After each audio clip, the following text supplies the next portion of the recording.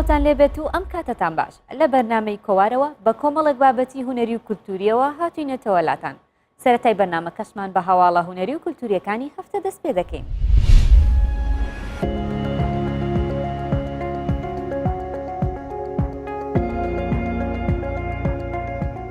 لە شاری سلێمانی و لە ڕێوڕسمێکدا دەستپێکردنی بەرهەمهێنانی زنجیرەی تەلەڤیزیۆنی بەختەباران ڕاگەیەندرا.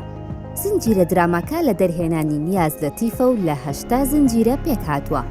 وێنەگرتنی فیلمەکە لە وڵاتی جیاجیا دەبێت و باس لە ململانەی کۆمەڵێک کۆمپانیا دەکات لە نێو یەکدا. بۆ بەدیهێنانی خەورێکی گەورە خەونێک بۆ دروستکردنی درامایەکی مۆدێرنی سەردەمیانە لە هەموو ڕوویەکەوە. بۆ ئەم مەبەستەش با بڵێن ئەم درامایە ئەمانەوێ سنوورەکان ببڕێ و لە لۆکاڵێت دەرچێ و بتوانێت بچێتە نێو پێشبڕکێی بازاڕی دراماوە. بەشی تەکنیکاڵی ئەم ئیشەش زیاتر ئەو ستافە بەتوانە و هونەرمەندە بەتوانانی لە پشتەوەی کە لە وڵاتی ئێرانەوە هاتوون. دووبارە بە هیواین ئەم درامایە ببێتە پەیامنێر و نوێنەرێکی زۆر باشی درامای کوردی و دەرگاکەرەوەیەک بێ بە ڕووی بازاڕی دراما لە دنیاە. بە هەر حاڵ ئەم بوارە بە تەنها و تەنها بە خیبرە و بە بەردەوامبوون و بە سەرمایە ئەگاتە سەر پێی خۆی. بە هیوان کە ئەم درامایە چێژبەخشێ بۆ بینەری کورد و بۆ بینەرانی دەرەوەی دەڤەری خۆمان و بتوانێت بە بەردەوامی خۆی تازە بکاتەوە و بتوانێت بەرهەمی تریش بە دوای خۆیان بێنێ.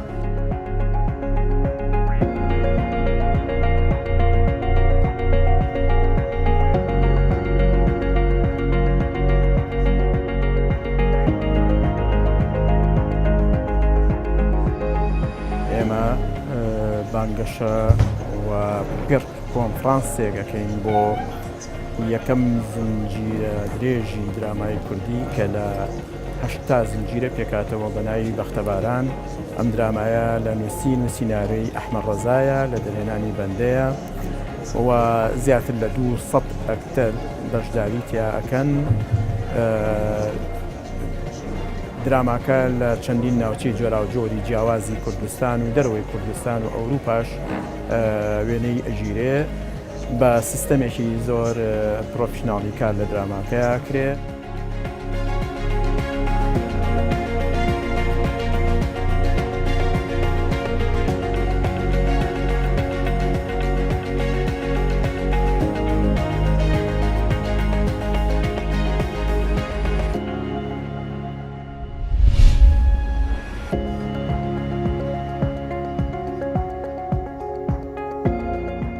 لە کتێبخانەی بەدرخانیان لە شاری دهۆک ڕێوڕسمێک بۆ واژۆکردن و بڵاوکردنەوەی 2 کتێبی سەعید نەورەسی کە لەلایەن ئیدریس غازیەوە وەرگێڕاونەتە سەر زمانی کوردی بەڕێوەچوو. ئەم 2 کتێبە یەکێکیان بە ناوی پەیامە نەساخانە و ئەوی تریان مرۆڤ و باوەڕی بوو.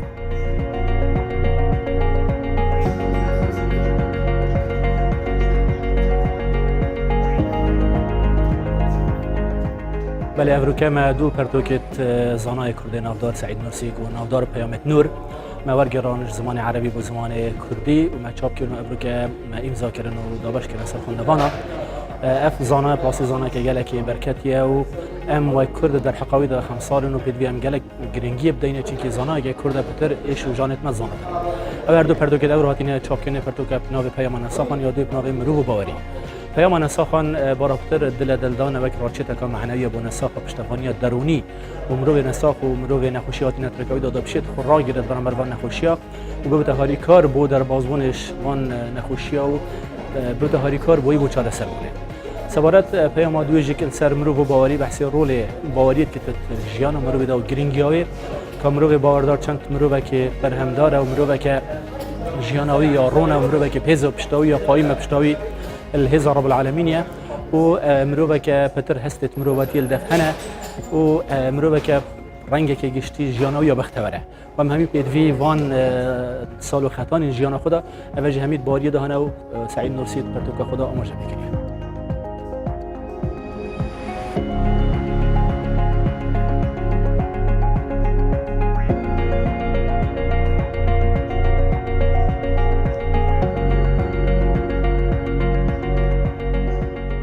بێگومان ڕەوشە نویسینێ و چێکردنا کتێبە یا باشە دروکێ بەس با ئەگەرم هەفبەرکەین گەل پایتەختی گەل سلێمانیە ڕاستی بچێکێ کێمترە ڕێژۆمە وەرگێڕان بخۆ هەمی نویسینێ پشکێکە یعنی پشکاوی ژیا کێمە مخابن وەرگێڕانە گرنگە چونکۆ دوگەچەوە هەزرێت خەلکی زانیە ئەگەر تە وەرگێڕان نەبیتن ئەڤروکە دوو پەرتوک ئیمزاکردن هەردوو وەرگێڕان بوون یەت زانای کوردی ناودار رەحمەتی سعید نورسی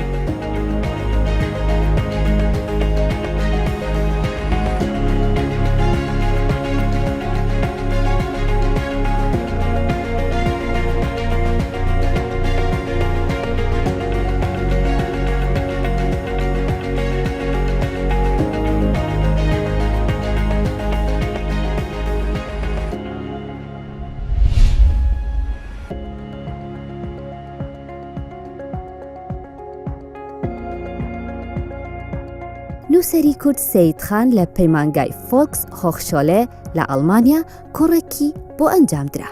لەم کۆڕەدا ئەو چیرۆکە کوردەواریانەی نووسیوێتی خوێندێەوە و لە هەمان کاتدا بەڕاستەوخۆ وەرگێڕایە سەرزمانی ئەڵمانی. سەید خان بە هەردوو زاراوەی کرمانجی و زازاکی دەنووسێت و بەرهەمەکانی وەرگێڕاونەتە سەرزمانی دیکە.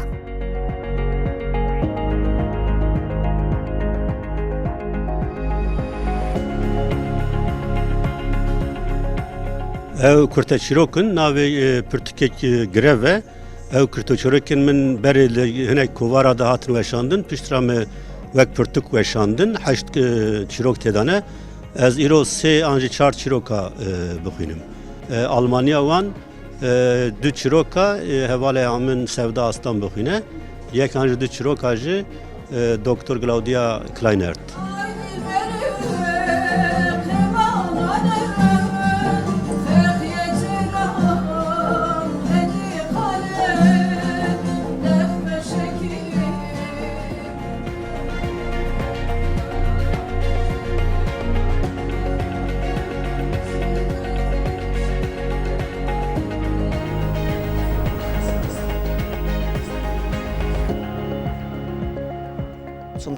چیرۆکی کورت و درێژمان هەبوو بۆم ئێوارەیە. کورتا مێژوویەک لەسەر بارودۆخی کوردستان و چۆنێتی هاتنی ئەم نووسینانە و نووسەرەکەش بۆ ئەڵمانیا باسکرا. ئێمە ئەم بابەتەمان هەڵبژارد چونکە زۆر بەسوودە تاوەکو هەموو میلەت و گەلە جیاجیاکان ئامادەی ناسینی کەلتوری یەکتر بن بە تایبەت فەرهەنگ و ئەدەبیاتی کوردی. دل من کر ئاروپێت مزگین لە کورد ڕۆژەمەتێت دژمن ji tirsan mayeşit.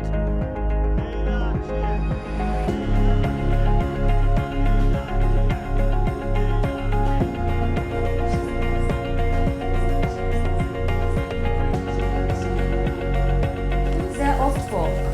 Alte Frauen und Füchse sind auch solche Figuren. Die alten Armanca ma eve ku em yani çanda Kurdi, edebiyata Kurdi, برای آلمان بدن ناساندن، جوات کردی بدن ناساندن. شروکن خدا از بحث جوات کرد کم، بحث روش آبوری یا پلیتیک یا سوسیال یا جوات دکم.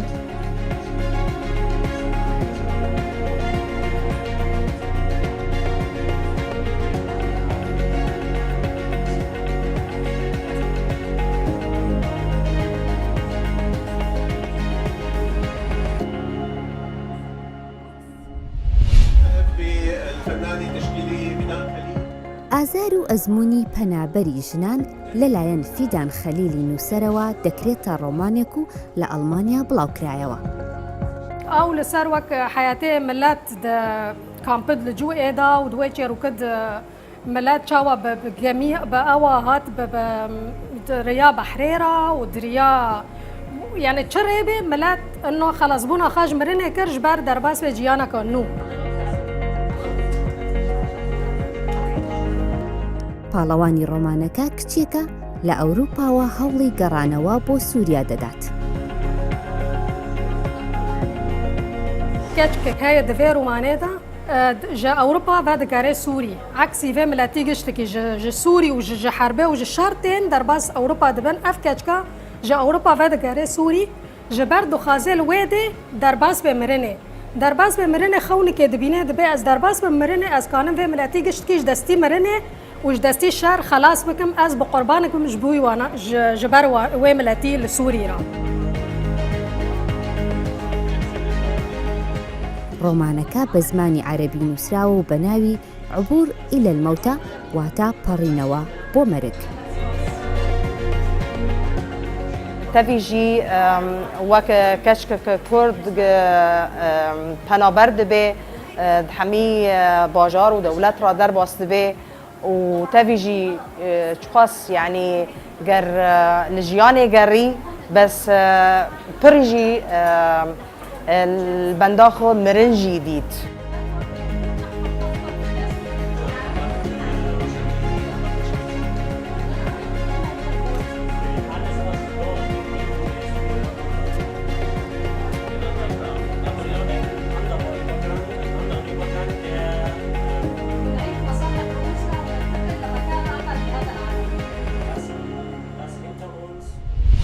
هونەرمەندان بە تایبەتی میوزیک ژەنانی کورد بە زۆربەی وڵاتانی جیهاندا بڵاو بوونەتەوە.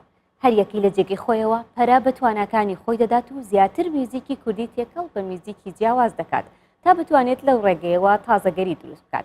هێمن دەریا ژەنیاری درامسە لە سەرەتا لە شاری سلێمانیەوە فێر بۆ گروپی میوزیکی دەریایی دامەزراندووە. پاشان چۆتە وڵاتی ئەڵمانیا و گروپی نانۆ بێتدا دەمەزرێنێت و سۆزی میوزیکی کوردی تێکەڵی میوزیکی جاز دەکات.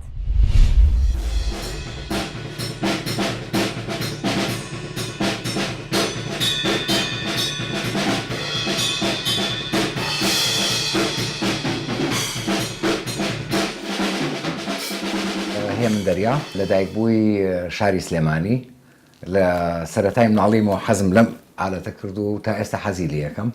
سەرەتای دەستکردن بە مۆسیقا توانیمان گروپێکی کوردی لە سلێمانی دابنێ لە ژێر ناوی دەریا. ئەو کاتێک کە گروپی دەریا دامەزرا چەند گروپێکی تر هەبوو لە سلێمانیا وەکو باندێک ئەگەر بچوویتایەتە سەر شانۆیە سەر ستێج پێویست بوو ئەو ئامێرانی کە بۆ ئەو ستایلە پێویستە هەموویت لەگەڵا بێ بۆ نمونە درامزێک کە ئەبێتە سەر ستێج ناگونجێت باسەستێکە لەگەڵا نەبێت یان کۆردە لەگەڵا نەبێت.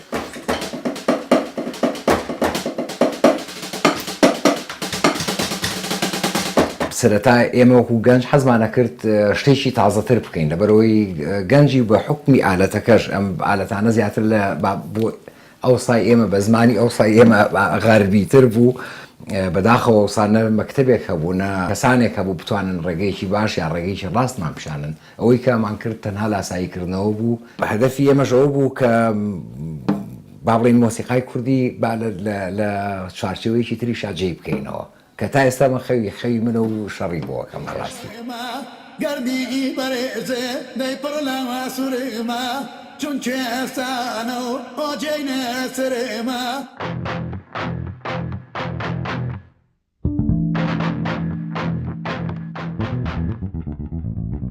هەورە هەورە گرمە گرمە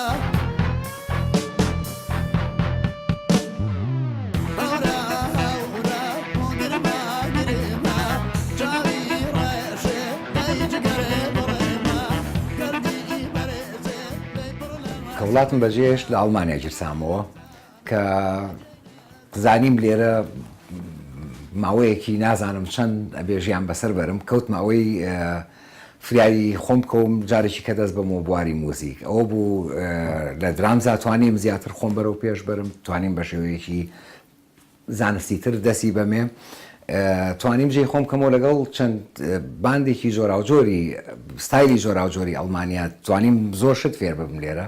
سەرەتای 2009 یا باڵێن کۆتایی 2010 گەشتمە و بڕیارەی با گروپێک هەبێت بیرۆکەی دانانی گرروپێک هاتە مێشکمەوە کە بە ئاستێکی بەرەس ئیش بکەین ناویش بۆ بیرم کردەوە ناوی بنێمنانەوە بیت لەبەرەوەی خەڵک زیاتر تەرکیز بکاتە سەر مۆسیقاکە خاڵی ئاڵۆزی ژۆگرتنی لەسەر مۆسیقەکە بێت چۆن توانیمان خەڵات بەدەست بێنین ئەویش بەهۆی ئەو ڕێبازی کە گرتومانە لە مۆزیکا ئێمە دانیشین کە ئاوازێک ئێنین یان ئاوازێک با بڵێن ئاوازێک وەرەگرین لە یەکێک یان ئاوازێکی کۆنێنینەوە بیرەکەینەوە بە عەقڵ و هەستی ئەو دەقەیەمان بخێنە چ بوارێک و بخێنە چ قاڵێکەوە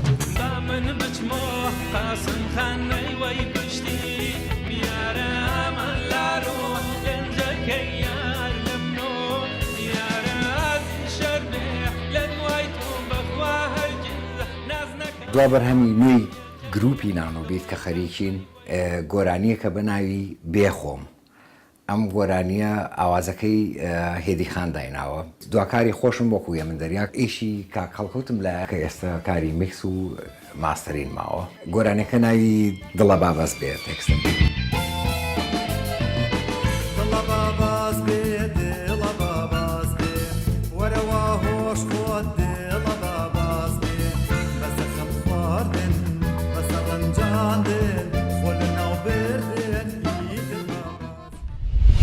بەشێک لە ئەرکی نووسەران کۆکردنەوەی ئەرشیفی نووسینی نووسەرەکانی پێش خۆیانە بۆ ئەوەی لە ناوچوون بپارێزرێن و دووبارە بخرێنەوە بەرچاوی خوێنەران زۆر جار ئەم جۆرە کۆکردنەوەی نووسینانە ڕۆژنامە و گۆڤار و تاریش دەکرێتەوە لەم بڕگەیەدا باس لە عەلی جەعفەری نووسەر دەکەین کە توانیوێتی ڕۆژنامەی دەنگی کوردستان کە لە ساڵی 1949 لە ئەوروپا 5 ژمارەی لێ چاپ کراوە کۆب کاتەوە و لە دووتوێی کتێبێکدا بە چاپ بکەێنێت.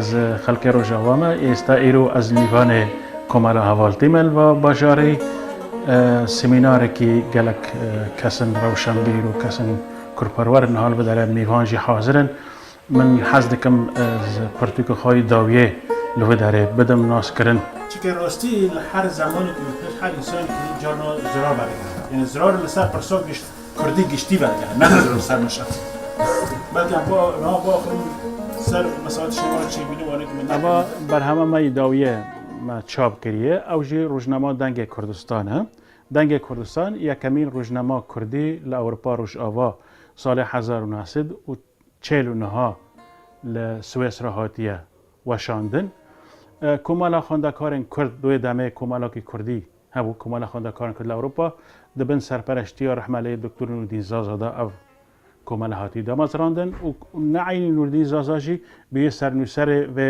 ڕۆژنامێ 5 هەژمارن ئەv ڕۆژنامە ئەوە 9 ساڵن بەڕاستی کەد و جەفاکی مەزن مندایی خوا ئەس پێ vê ڕۆژنامە کەتەمە گو حتا مکانی بوو لە جەم ڕێزدار دکتۆر نەجاتی عەبدەڵڵا لە باشووری کوردستان لە هەولێرێ جگەر سەرۆکێ ئەکادمیە کوردی منودارە پەیدا کردیە سەدی هەشتێ بخوا بە زمانە فەڕەنسیە و دۆر سەدی 15 بە کوردیە لاتینیە و تەنە دو گوتار بە ئینگلیزی هەنە هەلبەتی بەلکن پرسێک دەبەردە وارێ هۆلە گو چما زۆربەی زۆری نویسێ دوێ بە فەڕەنسینە ئەوژی بخوا مەبەست تێدا هاتیە ژبەر گو ئەرمانجا خوێندەکارên کورد لە ئەوروپا گو پرسا کوردی بگینن هەژمارێکی مەزن یعنی ji xelkê cemawar û hemwelatiyên Ewropîya helbetê kesê dinivîsandine dverda navê we nediyarin hemû bi navê dileğemin di we demê da wek Nurdîn Zaza di gotarekî di va hejmarina da didê xuya kirin gul tevayî Ewropa tene 25 xwendekar Kurd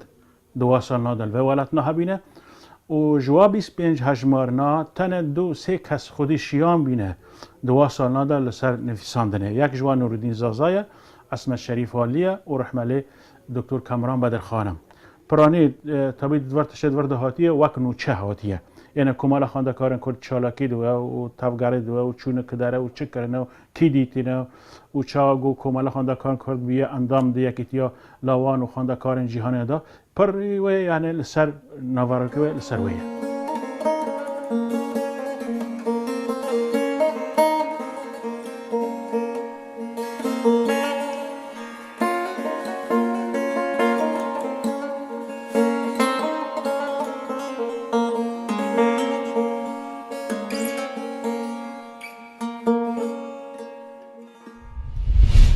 دووە بڕگەدا باس لە کاریکاتێریستێک دەکەین لە ڕۆژهەڵاتی کوردستانەوە. زۆر جار کێشە گەورەکانی مرۆڤایەتی لە ڕێگەی تەنز و کاریکاتێرەوە بە شێوەیەکی زۆر ئاسانتر دەگاتە وەرگر. تەنانەت هەندێک جار ئەو بابەتانەی تیابەتی دەکەین کە مەترسیدارن. مەسعود حەسەن زادایەکێکە لە کاریکاتێریستە ناودارەکانی شاری مەهاباتی ڕۆژهەڵاتی کوردستان. کاریکاتێرەکانی مەسعود ناوەڕۆکەکەیان باس لە پرسە نیشتیمانی و ئەوینداریەکان دەکات.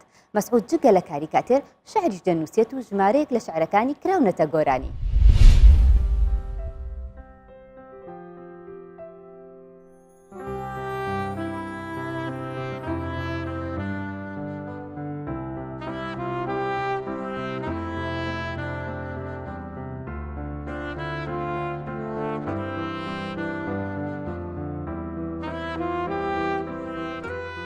مەسعود حەسەن زادەم لەدایک بووی 23 سەرماوەزی 1368 تاوی لە شاری مەهاباد. خوێندنی زانکۆییم لە لیسانسی میعماریدا بەردەوام بوو.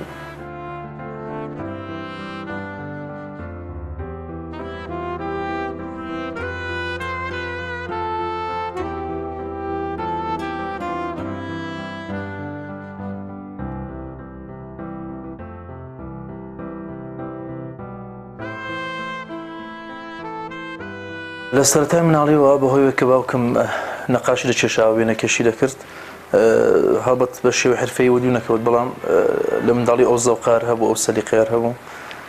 کارم پێکرد بەردەوام بووم لەسەری تا ئەو سەردەمێک کە چوم بۆ قوتابخانە. دوایی کە لەوێ چوم من لە ڕیشتەی میعماریدا دەرسم خوێند، کە دوای چوم بۆ تەورێزەلی ئەوە هەر دەگەڵم تێکەڵاوی هەر هەبوو ئەو هونەرە. دوایش کە گەڕامەوە بۆ ئێرە لیسانسەکەم لێرە خوێند، لیسانسی معماریکەم لە زانکۆی ئازادی مەهابادێ. شاعریم لە نزیک 10 ساڵەوە پێشەوە دەست پێ کرد. هۆکارەکەشی چون لە سەردەمی قوتابخانەدا بەڕاستی ڕقم لە ئەدەبیات بوو، ئەسڵ خۆشم نەدات، بەڵام کارەساتێک ڕوویدا، کارەساتێکی ئەویندارانە کە من کەسێکم ناسی ئەو وای لێ کردم کە بنووسم و دەگەڵ نەبوونیشی ئێستا هەر لە دڵمدا هەیە و هەر بەردەوام لەسەر نووسینەکەی ماوەی دەتوانین بڵێن 3 ساڵیشە کە بەردەوام لەسەر تەرانە نووسی کار دەکەم. بە شێوەی دەتوانم بڵێم کلاسیک دەنووسم، کلاسیک بە معنایەوەی کە غەزەل و چامە دەنووسم زیاتر. شعرێکی بڵیندیشم هەیە کە نازانم بڵێم بۆ هەوڵیم بار دەکردیانە، بەڵام ڕۆمان شعرێکە کە داستانێکی دوور درێژە 2 ساڵێکە خەریکی هەم وە بۆ زوانە کۆتایی پێدێ. لە تەرانەدا خۆ زیاتر دیارەکە ئاشقانە دەنووسن، ینی زۆرتر بابەت تەوەرەکەی ئاشقانە و ئەویندارانەیە. چەندین تەرانەیەک نووسراوە کە بەرچاوترینەکەیان بمشارەوەیە بە دەنگی ئاریاس.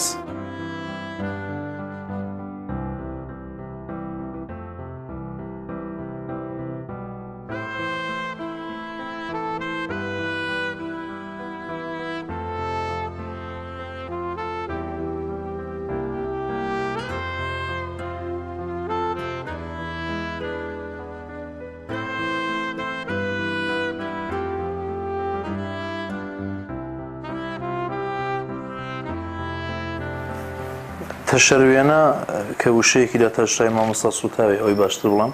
کاریکاتۆرم یان تەشەروێنە من لە سەردەمی 90 ساڵانەوە بەهۆی هاندانی دۆستێکمان بنێوی شایانی ئەشکان کە خۆی وەرگێڕی زمانی ئینگلیسی و فەڕەنسە و ئەڵمانی بوو لە تاران، من دەستم پێکرد ئەو سەردەمی خاو بووم و تەنیا ئەو شتێکە لە مێشکمدا بوو دەمهێنا سەر کاغەز بە و مۆدێل و ستایلێکە بۆ خۆم دەمزانی. دوایی کە بە شوێنێک کەوتم و توانیم لەباری زانستیشەوە پێگیری بم، زۆرتری ناوەڕۆکی کارەکانی کاریکاتۆری من بابەتگەلێکی کۆمەڵایەتی و سیاسی و هەر لەسەر ئەو تەوەرە دەزوڵێتەوە، ینی هەر شتێکە ئازارێک بدەنێ کۆمەلگادا من هەندەدا بۆ شێشانەوەکەی. کارەکانم زۆرتر ئێستا لەسەر دنیای مەجازیە، چەندانە مەجەللەی مەجازی وەکو ڕوانگە کاریان کردو لە سەیداهاناوە و لەسەر تۆڕە کۆمەڵایەتیەکانی وەکو ئینستاگرام و تەلەگرام و چەندین کاناڵێکن کە کاری کورتیدا زیاتر ئەو بابەتانێک کە چوو ناو خەڵک بەحسی کۆڵبەران بوو، یەکیان دوایی بەحسی بانەی بوو ئەو مانگرتنەی کە کرا و چەندین کاری دیکە کە هەر لەو پەیوەندیەدا بابەتی کۆمەڵایەتی و سیاسی.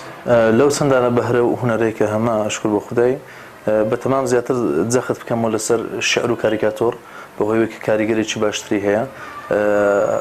بۆ بەشی شعرێکی کە ئەرزم کردن ڕۆمان شعرێکم بەدەستەوەیە کە وەکو بەرچاوترین کار لای خۆمەوە بۆ بەحسی کاریکاتۆرەکەش دەمهوێت لە فستیڤالاندا بەشداری بکەم بتوانم زیاتر ئەو هوەرە نیشان بدەم یان باشتر بڵم هاواری کۆمەڵگای خۆم نیشان بدەم بۆ جیهان بۆ بابەتگەل دیکەش من ڕاهێنان ناکەم بۆ واقعیەتی ئەمر چون خۆم بە پسپۆری ئەوە نازانم بەتەواوی کە بمهوێت کار لەسەر ئەوە بکەم زیاتر حەڵ دەدەم بە خۆشمە قوتابیەک بەردەوام بم لەسەری و بەرنامەی داهاتوو گەڵاڵی داهاتووشم بەستەگەیە کە چبێتە پێش چون ئێمە لە بەحسی شعر و کاریکاتۆردا جریانی هونەر کولەن وایە کە دەگەڵ دەورانە دەڕاتە پێشێ تا بزانین داهاتوو چی هەیە بۆمان